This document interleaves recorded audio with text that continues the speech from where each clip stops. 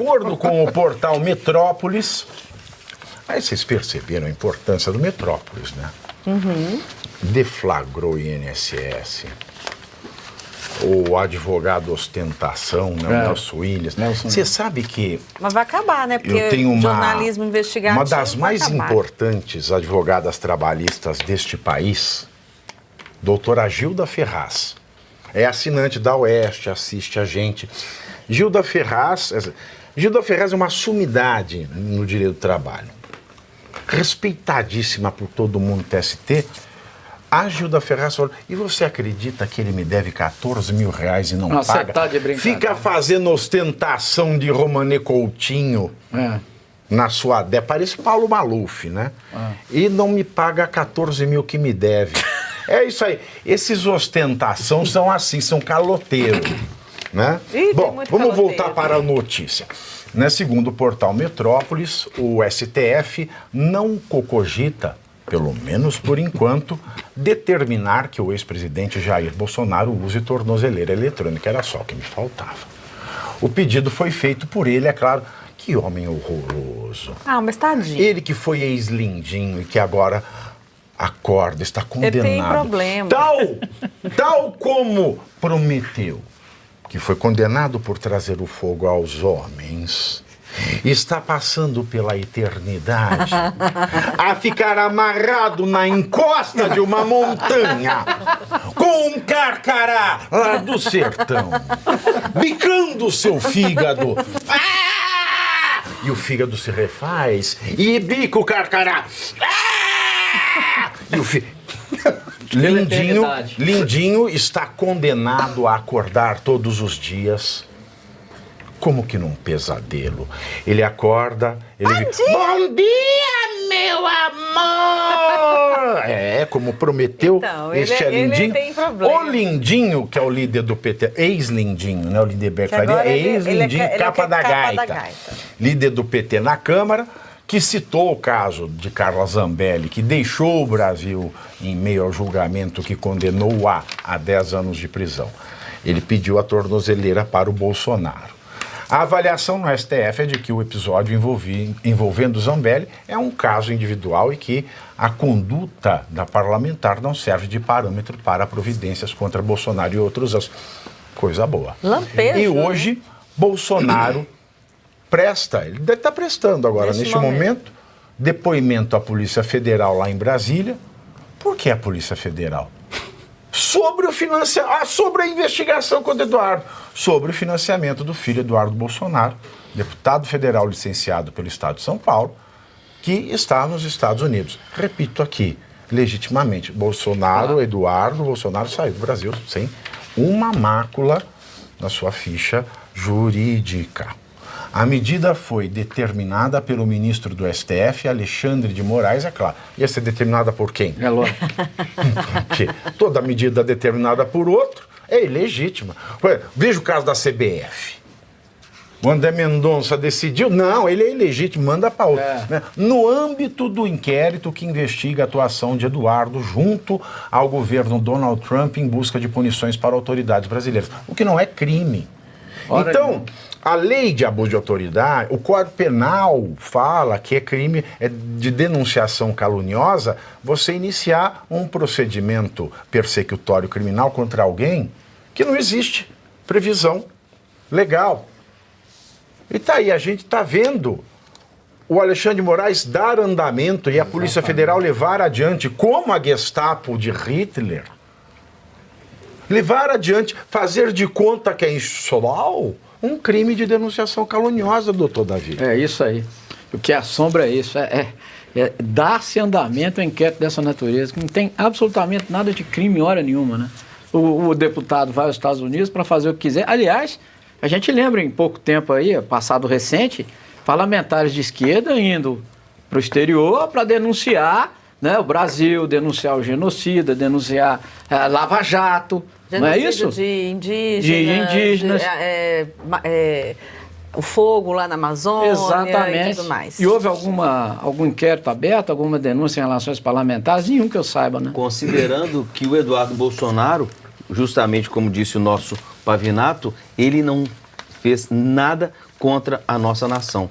E nós temos um vídeo que todo o Brasil já viu, onde o presidente Lula, ele fala: eu cansei de andar pelo mundo falando mal do Brasil. Exatamente. Mas peraí. Exato. Mentindo sobre O Deus, Cristiano Zanin não foi para a Europa quando era advogado do Lula fazer campanha contra o Brasil? Exatamente. Pedindo sanções ao Brasil por conta da Lava Jato? Não foi? O Lula, cansei de andar pelo mundo falando mal para o Brasil. Falando mentira. Eu inventava quantos milhões de abortos. A gente não sabia quanto tinha. Então eles... A Janja foi lá na China. Você viu o que a Janja fez? Ó, o site do governo do marido dela, naquela comissão da verdade, como é que é possível, né? Um mentiroso, o filho do Gepeto tem a comissão da verdade. Só no Brasil, né? É por isso que em Poços de Caldas se fala: o poço está no fundo do Brasil, cuidado. Mas você veja, ela foi lá para a China, no site lá do governo mandava falar assim: no regime militar brasileiro morreram 4.000 e poucas pessoas. 51 mulheres, o resto era homem. Ok. 4.000? Ela foi milhares. Katsu, desculpa, 480, coisa assim, 452. Não foi 500, não chegou a 500. Minha cabeça. Ela falou, o site do marido dela, na Comissão da Verdade, você já vê que a palhaçada, Comissão da Verdade do mentiroso, fala que no regime militar matou-se 450 brasileiros, coisa assim, por aí. Não, é 4.000 51, mesmo. não, 400 e pouco. Olha aí, olha no Google. Olha aí, Comissão da Verdade, gov.br, 400 e pouco.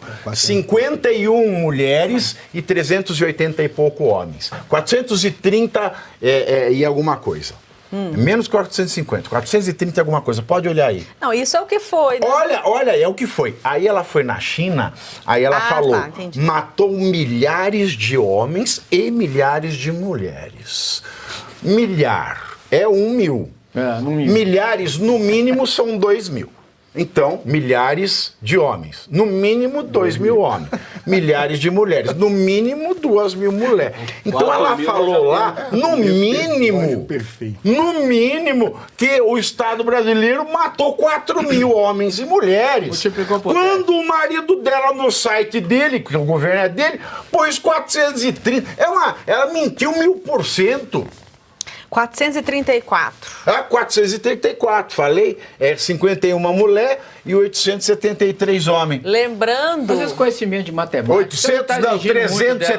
373 homens e 51 mulheres. Lembrando que foi no período de 69 a 78... A 85. Não, é que você está lendo aí, eu já li inteira. Não, não faz confusão, não. Tá. É que ele divide em números por períodos. Então, mas qual foi o período? O período total, Quantos anos? 64 a 85. Que dá... Tá? 434. Quase 20 o total. anos. Aí ela vai na China e falou que matou 4.000 no mínimo. Olha que louca. Não, é porque do jeito que as Você não pessoas está exigindo falam... muito dela em termos de matemática, não? Não, mas...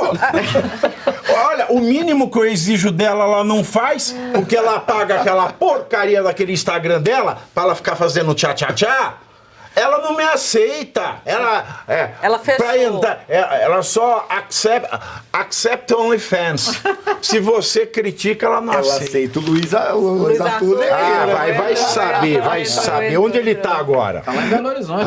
Tá, se isso é que ele falou, poderia estar em Paris. Agora, sobre esse assunto, a gente já falou desses números aqui várias vezes, e uma coisa que me incomoda, eu acho que eu queria comentar agora, é o seguinte, são quase... o período todo da ditadura, pelo menos desde que eu era adolescente, que se fala do período do regime militar... Do movimento cívico-militar de 64. O regime militar, a impressão que a gente tem desde a escola é que era uma carnificina, que saía matando gente nas esquinas, entendeu? E aí, quando eu não tinha esse dado, cheguei a esse dado recentemente aqui no programa, que no período todo todo do regime militar sumiram e morreram 434 pessoas. Não é que não são uma Claro, vida importa, lógico, ok? claro. Só que eu achava que era uma carnificina. Nesse período que nós estamos de ditadura, de 2019 para cá, até 2025, só no 8 de janeiro nós ultrapassamos isso 300% de pessoas presas, perseguidas. É verdade. Já tivemos mortes, né, por omissão do Estado. E se essa ditadura for aprofundando, sabe-se lá Isso o que aí. teremos pela frente. É isso aí. É verdade. E parte desses que morreram eram guerrilheiros. Sim, Eram tem militantes, essa. faziam ações armadas. Sequestro. Não estou defendendo, não estou recusando que foi um regime autoritário. não, nós Agora, estamos. E nem que Não isso deva precisava nem sair notícia. Mas ficar falando o tipo Não de precisava porcaria nem que eles sair falam. notícia também que não vai pôr tornozeleira branca. Porque assim, todo mundo sabe que esse jogo, esses teatros do STF, tá todo mundo condenado. Todo pelo mundo. menos virtualmente. Então é teatro. Agora, vai pôr tornozeleira eletrônica? Duvido. É um desgaste. Desnecessário. Eles vão Desnecessário. entrar nisso. É a mesma coisa de prender. Todo mundo sabe que o Bolsonaro já está condenado. Mas vão prender? É uma questão que ninguém consegue responder. É verdade. É um cálculo Eu muito tenho, às difícil. vezes, a sensação, Pavinato, que eles ficam numa pressão psicológica de ameaça contra o ex-presidente Jair Bolsonaro o tempo todo, com outro intuito, de que ele sente para conversar, de que ele recue, sabe? Parece que eles estão, assim, fazendo uma pressão em cima dos filhos. Esse caso do Eduardo Bolsonaro mesmo, por exemplo, primeiro, vamos deixar claro, ele não está cometendo crime nenhum. Mas, suponhamos que ele tenha uma investigação porque supostamente está algum indício de crime. Então vai investigar a conduta do Eduardo Bolsonaro. Até que se comprove se houve ou não um crime, qual que é a vantagem de saber se o pai dele está pagando as contas dele? É claro que é pressão. Porque se nem a justiça ainda sabe Mas se ele está essa cometendo um estratégia- crime, Exatamente. o pai dele muito menos. Mas Por essa exemplo, só estratégia- completar, professor, eu tive uma filha que morou 6 anos em Portugal e eu sustentei para ela estudar. Se ela cometesse um crime lá e eu não tivesse conhecimento, até a justiça de Portugal falar que ela estava cometendo um crime, condená-la por qualquer motivo. Nesse período que eu fiquei sustentando a minha filha, ela não estava condenada, não tinha crime nenhum. Então, como que eu posso ser cúmplice de uma coisa que não tem nem investigação descalados, Mas ainda? essa estratégia, Ana, o que eles querem dizer é o seguinte: o Eduardo Bolsonaro não está lá tratando de explicar o Brasil. Ele está simplesmente minando a ação de juízes que estão julgando um suposto golpe, que tem uma suposta minuta. O desembargador Sebastião Coelho exigiu a minuta e não foi apresentado, foi ameaçado de prisão, inclusive, tá? Que é de um suposto golpe. E ele, quem está lá sem recursos, quem sustenta é o presidente. Aí o que eles fazem? Esse é o argumento que eles estão adotando para dizer que o que o Bolsonaro, o Eduardo está fazendo é apenas trabalhar contra a justiça no Brasil, o que é uma mentira. E eles são tão espertos porque eles já resolveram o problema. Eles sabem a porcaria que a esquerda fez de ir lá fora falar mal do Brasil. E eles não estão mais dizendo isso. O que eles estão dizendo? Apenas que Eduardo Bolsonaro está... desacreditar as instituições. Ele está minando, fazendo pressão contra juízes que estão julgando um suposto golpe de Estado, e quem está sustentando é o presidente. Isso é uma mentira, é uma narrativa mentirosa, falsa, hipócrita, mau caráter. Mas quem não está afim de estudar, É isso. acredita. E a maioria do público não está afim de estudar, dá trabalho. Hoje ainda, com tudo em vídeo, você vê pelas métricas do jornalismo. A métrica do jornalismo hoje, ela sustenta o jornalismo escrito, o jornalismo investigativo, a métrica do vídeo é que sustenta. Que as pessoas querem ver. Então, muitas vezes, pelo tempo, para segurar a atenção, não é possível você entregar Esmiuçar. né, muita teoria. Porque na nossa época, a gente lia. A gente tinha que ler. Então, quando a gente lê, a gente aprende, porque não vem pronto. Exato. A gente para, a gente se ouve lendo, a gente processa, às vezes a gente anota, a gente grifa, então você retém mais conhecimento. Agora, hoje esse negócio da narrativa é um veneno, porque é fácil de colar. Você põe alguém com algum porte de autoridade, mesmo que não tenha formação, mas que seja uma pessoa respeitada pelo seu público. Ela fala pode estar falando uma bobagem grande, mas a narrativa pode colar, porque não tem mais substrato, as pessoas elas não têm mais filigrana, sabe, sutilezas, para saber que uma coisa é uma coisa e outra coisa é uma outra coisa, por mais parecidas Sim. que elas sejam no nome. Sim. Então, isso é um mal que acontece. Infelizmente, é um mal que acontece. E a gente tem que, com muita paciência, contornar isso. Sem dúvida. Mas não é só na esquerda que isso acontece com todo mundo. Sim. Isso acontece com todo mundo. Isso é culpa do público que replica? Não. Primeiro é culpa do Estado, que deveria dar educação formal para o nosso povo, porque a gente paga muito para o Estado fazer isso. Segundo, é um comportamento do nosso tempo. Pegar, ouvir e escolher alguma personalidade que a gente respeita e aquilo faz o mínimo sentido para a gente segue adiante. Mas muitas vezes a gente precisa parar para pensar, porque narrativas colam. Eu já tive tanta narrativa colada em mim, eu não ligo.